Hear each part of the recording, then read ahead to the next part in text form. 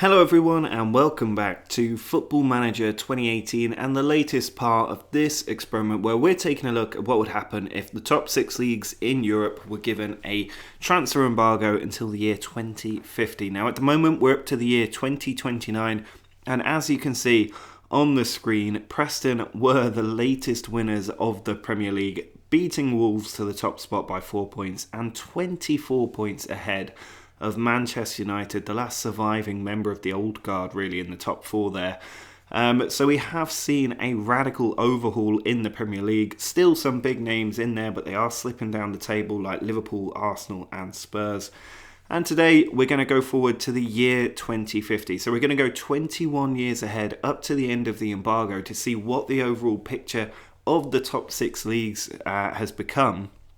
And also we're going to take a look at the European competitions and see if the English teams are dominating there, which I think they probably will be, given the amount of money that is distributed by league place rather than sponsorship deals in the Premier League, as opposed to the other big leagues in Europe. That's why I think the English teams are going to dominate in Europe. But let me know what you think is going to happen down in the comments before we go ahead on the video. And also, in case you missed the video that went out yesterday, I have set up a new Discord channel for all things Football Manager. There is a link to that down in the description. We've already got some great guys in there chatting Football Manager, what series they're doing or what saves they've got going. And different things that you can try out and discussing tactics, stuff like that. All of that in the link down below. You can also check out the Patreon, but make sure you subscribe to the channel because the next part of this experiment will be going after the embargo and seeing if some of these big teams can overhaul Preston and Wolves. So do drop a like on the video if you're enjoying this series, and let's go forward 21 years in time. Well, it is now the year 2050. We're going to start with the Portuguese Premier League and go through this quite quickly. When we left off last time, Benfica had beaten Arouca to the top of the league. You can see that Porto down in 16th place, the first one looking to get relegated, and they were relegated the following season with just 10 points. A huge fall from grace to them. Benfica winning the league yet again and again, and finally Arouca managed to come and take the top spot, Sporting just behind them. But Arouca going on a period of dominance here with several league titles. Benfica hanging on for the most part until this season where they finished 12th. But Sporting continuing to dominate at the top, presumably because they've got such a good youth setup. And you can see they're taking quite a few titles at this point. Benfica still bouncing around, came up to 3rd this point, then 2nd. Arouca do manage to displace Sporting for the top spot, but Sporting come back again with another title.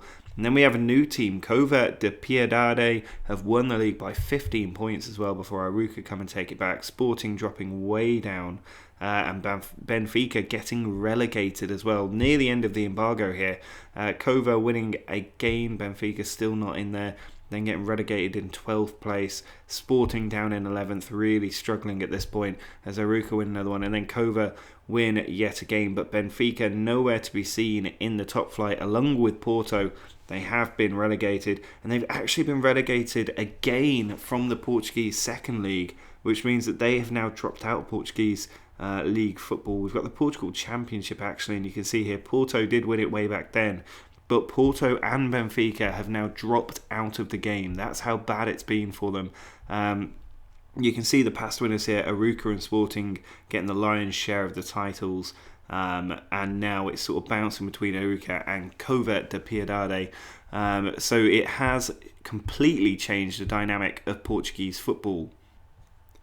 Now, interestingly, La Liga has become the 5th biggest league in the world, so they've dropped down from top spot to 5th over the course of this experiment. And when we left off before, the top teams in Spain were still the ones you would expect, and going forward you can see Real Madrid still winning the title here, the top 3 not changing much at all. Gijon managed to slip in there, Sevilla in there, Granada and Gijon in there, finally dislodging a couple of teams, but Real Madrid absolutely cleaning up the titles before Lugo come out of nowhere and win the league by 1 point ahead of Real Madrid.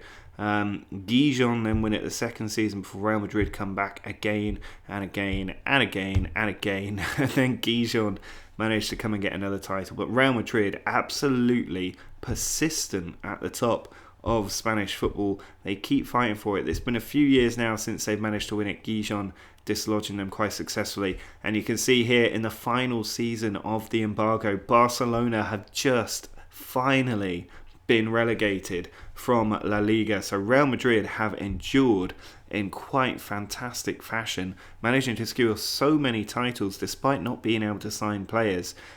Still under that transfer ban at the minute, but have done really, really well all these titles until recently when they've just started to drop off a little bit. But quite interesting that those Spanish teams have now been dislodged. In Ligue, we were seeing that Monaco and PSG were continuing to dominate the league despite not spending the money anymore. They still have the high wage bill, which is why I guess they're able to retain the good players, but they will be retiring around this point. Monaco winning another league title. You can see PSG dropping to 5th. Lyon taking the title the following season. Monaco came back. Then Lille managed to win it. Marseille getting relegated that season as well. PSG and Monaco 4th and 5th the following season. Lyon taking the title. Monaco managed to come back again, but Lille, then Nantes won it. PSG finishing in 11th place that season. Monaco taking another title. No title for PSG for some time now. They managed to finish 2nd in this season. And finally, they managed to win it in the 2046 season. Lille taking another one. PSG come back again. Then 3rd. And then they've won the most recent title as well. So you can see from the past winners here, not much change. You had this nice period of about 10-15 years where some other teams win it, especially Lille. But overall, the French pyramid has not changed at all. And if we drop down to Ligue 2 and look at the league table here, you can see Rennes getting relegated. But overall, not a lot of change in the French league. It is quite a competitive league, so I expected a lot more overhaul than we saw. But that just did not come to pass, and PSG still winning the title right at the end of that embargo. Taking a look at the Bundesliga next, you can see when we left off last time, Bayern had won the league, continuing to do well in German football. They were beaten to it by Leverkusen the following season. Then Bayern came back, got another one as well, and just kept on winning titles. You can see Dortmund relegated right at the bottom of that season and did not come back until a couple of years later. Bayern with so many consecutive titles, though, they just cannot be stopped until finally Leverkusen come back again to win another title, which they've actually retained quite a few times. You can see Bayern slipping down towards relegation places. Could they finally be relegated? They've come up to 4th in the following season. And you see now Nuremberg managing to win the title 3 times in a row. Leverkusen come back, and then Nuremberg have won the latest title as well. Bayern still getting European football, so they've managed to endure despite all of this. Very little change in the German league system. And if we look at the league table for the bottom second tier, rather, you can see very little change here as well. Wolfsburg getting relegated, but overall the German league holding up pretty well without a lot of change. Now in Serie A, we had seen the big teams in Italy continue to hold on at the top. Empoli had surprised with a couple of titles, but Juve still winning the league at the top there. I think it's just the same top 4 over and over again. Empoli just breaking into it there. And then finally we see Inter win it, but with Atalanta, Empoli and Bari in the top 4. Palermo in there the following season. And finally Bari managed to win the league at the top there. Inter come back again and again and again. Juventus there as well. But Inter absolutely dominating Italian football at the minute before finally losing it to AC Milan. But Juventus come the following season. Then Empoli are there. Very few big teams getting relegated. I'm just tracking the bottom as well as we go through this. Udinese are yo-yoing up and down. But overall, not a great deal of change at the bottom of the league. And even now, Empoli and Bari have been winning the last few titles, but it's not changed an awful lot at the top there. And in the past winners, you can see Juventus still in there, Inter with this period of dominance. It's just only the last 3 years where there's actually been any real difference, which is a little bit frustrating that in quite a few of these leagues, the transfer embargo has done pretty much nothing to upset the general order of things. And as soon as this embargo ends, all of those big clubs are going to come back and just dominate at the top. So the last bastion that I'm hoping will have a real substantial change is in the Premier League, where the financial incentives are so high. So let's just have a quick look at this league table, going back to where we left off and then progressing forward. And you can see Preston had won the league last time we looked at it, with Wolves in second place, United there as well. The following season, Wolves managed to win it, a completely different top 4, with Spurs, Everton and City all getting relegated. Chelsea went down the following season as Wolves continue to win titles. And then Arsenal got relegated. Wolves absolutely dominating English football. Chelsea going down again. Arsenal and Liverpool going down. Wolves still at the top of the league, and that's carrying on for some time. And finally, in the year 2038, we see Manchester United get relegated as well. One of the huge teams left in English football relegated. Wolves still winning titles before Preston managed to come back. Then Leeds, Preston again, Wolves. Aston Villa were randomly chosen over Middlesbrough after both finished teams on 53 points and the same record. Bristol then coming out of nowhere to win a title. Preston, Bristol, Preston, Bristol, Preston, and Bristol. I love that little yo-yo between them right at the end there. You can see none of the big teams left in this league now. I think everybody that was in the Premier League to begin with has been relegated now because City have gone down as well. So massive overhaul in the Premier League. You see the winners here flipping about all over the place after Wolves had that really long period of dominance where they got so many titles. They've dropped off lately. But if we go back and look at the league table and then drop down to the Championship, you can see Birmingham won the playoff final with Brentford and Chelsea getting promoted most recently. But a lot of change here. The Premier League clubs still around the top end of this table, and I'm sure they'll do very well when they can spend money again. In League One, at the top, not a lot of Premier League teams knocking about here. In fact, in the whole league, there are virtually none. But hopefully there are some in League 2. And you can see here, Burnley getting promoted, Stoke down here as well, West Ham down here, Leicester, Newcastle getting relegated out of the Football League. My team are gone from the loaded leagues in this game now. So it's going to be a lot harder for those teams to bounce back after the embargo, because if they're not in the league system, it's a random lottery basically, as to whether they'll manage to get back promoted. But you can see huge change in the Premier League. If we just have a look at the transfers for the Premier League, I'm not going to do it for every league and sort them by their fee. And you can see a lot of money being spent by a lot of the newly promoted teams because the money is just so well distributed.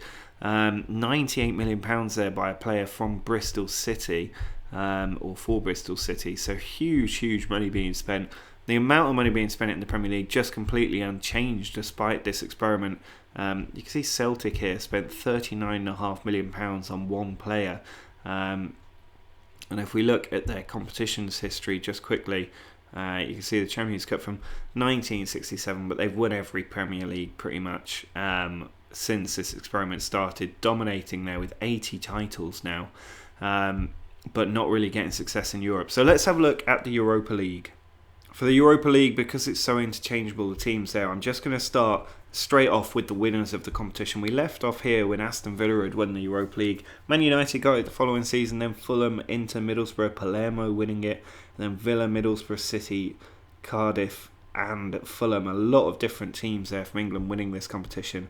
Lyon managed to get one as well, AC Milan, Empoli got one, Fulham and Leeds, but this was a former Championship competition really, because it was the Championship teams from when this save started who were dominating in this competition. You can see Hull missing out several times in the final. They've lost 4 finals there, and I don't think they won it before either, so they've missed out on European Cup glory, or the Europa League glory, 4 times now. Wolves losing out in the most recent season.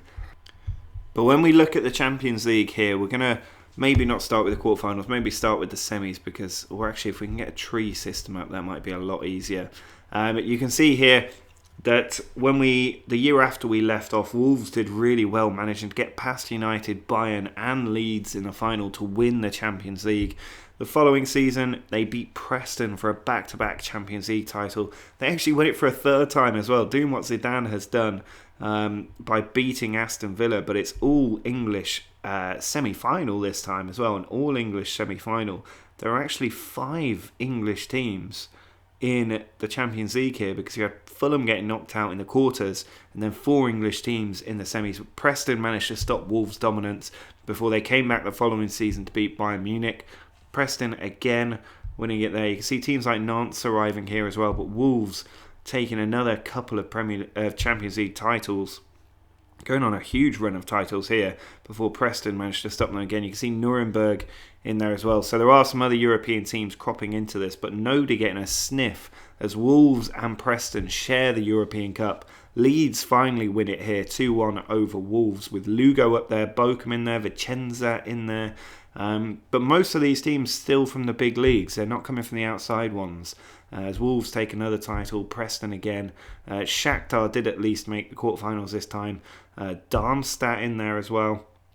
But just not enough change, really. Preston keep on getting the titles, Hull getting it as well.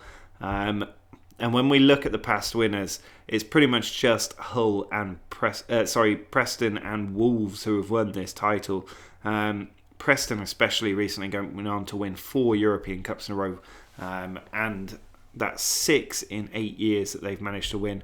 Preston, if we have a look at their competition history, then you can see there they've won 10 Champions League titles now, more than they've won the Premier League. They've won 10 Champions League titles and 9 Premier League titles, 7 FA Cups, some Carabao Cups. They've become a real dominant force in English football. And if we have a quick look at Wolves as well, who dominated for so long early on, and look at their competition wins, you can see they've got 9 Champions League titles, but 16 Premier League titles now. They've also got the Europa League in there as well, Club World Championship 9 times, European Super Cup 8 times, 8 FA Cups and 5 Carabao Cups. That is quite the haul. But interesting that Preston managed to win 10 and Wolves only got 9. But I think that's going to be it for this part of this experiment. I hope you guys enjoyed it. I could have a look at the World Cups and things actually before we go. Let's quickly do that so that you guys know who's been winning the European Football Championship. This will just be a cursory glance. You can see Germany absolutely dominating it. Holland managed to get a win as well. And if we look at the World Cup, then have Germany dominated the World Cup as well? That's a real question. It's actually been France. France have won 4 of the last 5 World Cups, totally dominating the World Cup, but not the European Championship, which is quite interesting. And if we just have a look at their senior squad as to why they've maybe won so many World Cups, no success for England in either of those competitions, which is quite funny. So maybe that idea that there's too many foreign players is possibly not entirely true. And maybe it's just because we don't produce such good talent. I mean, this database has been going so long now, it is taking a really long time to load. But you can see huge value in this club right throughout, most of them based in the Premier League or with AS Monaco, who must have an incredible academy to churn out these players. A couple of them from PSG as well. But that is going to be it for this episode of the series. If you'd like to see a post-embargo part to the series, do drop a like on the video and then I'll get one of those out in a couple of days' time. Make sure to subscribe so you see the next part of this, if there is one, and the next experiment as well. And like I said at the start, remember to check out my Discord channel using the link in the description, and if you can, support the channel on Patreon to help me get a brand new PC. But until next time, see ya!